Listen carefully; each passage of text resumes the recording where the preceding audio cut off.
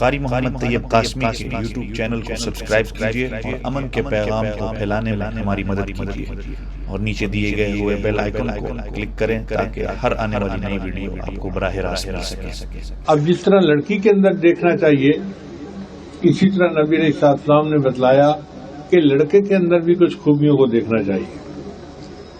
مثلا سب سے پہلی چیز کہ لڑکے کے اندر سینس آف ریسپانسبلٹی ہونی چاہیے۔ بعض نوجوانوں کو دیکھا ہے کہ بہت ہی ریسپانسبل ہوتے ہیں، کوئی ذمہ داری قبول نہیں کرتے، گھر کے کاموں میں ذرا دلچسپی نہیں لکھتے، حالانکہ نبی علیہ السلام اپنی بیویوں کے ساتھ گھر کے کام کاج میں ہاتھ بٹاتے تھے، آٹا گوندتے تھے، بکری کا دودھ نکالتے تھے، گھر کے کام کاج کو اللہ کے حبیب سے کیا کرتے تھے۔ لہذا یہ کام کاج میں حصہ لینا، دلچسپی لینا، یہ مرد کی ذمہ داری ہوتی ہے۔ پھر دوسری بڑی چیز کہ لڑکے کے اندر تحمل مزاجی ہونی چاہیے۔ تحمل مزاجی کہتے ہیں فوربیئرنس۔ ایک بندہ ہوتا ہے جو بہت ہی انسٹنٹینیس ریئیکٹ کرنے والا ہوتا ہے، ذرا سی بات ہوئی تو فوراً اس کے اوپر اس نے ریئیکٹ کر لیا، یہ اچھی چیز نہیں ہوتی۔ بردباری، تحمل مزاجی اچھی چیز ہوتی ہے۔ ازدواجی زندگی اچھی گزارنے کے لیے جس کے اندر زیادہ بردباری ہوگی وہ ایک اچھا خامد ہوگا۔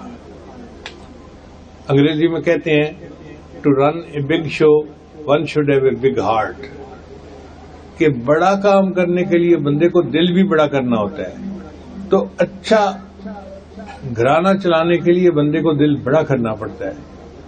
اگر بندہ چھوٹی چھوٹی باتوں کے اوپر ایشوز بنا کے بیٹھ جائے تو زندگی نہیں گزرتی۔ انسان کی زندگی میں خوشیاں بھی ہوتی ہیں، غم بھی ہوتے ہیں۔ انگریزی میں کہتے ہیں high winds blow on high mountains, اتنے اونچے پہاڑ ہوتے ہیں ان پہ جھکڑ بھی اتنا ہی تیز چلتے ہیں۔ تو انسان کی زندگی میں کرائسس آ سکتے ہیں، مگر اچھا خامد، اچھی بیوی وہی ہوتے ہیں کہ جو اس کرائسس کو مینیج کرنا جانتے ہوں۔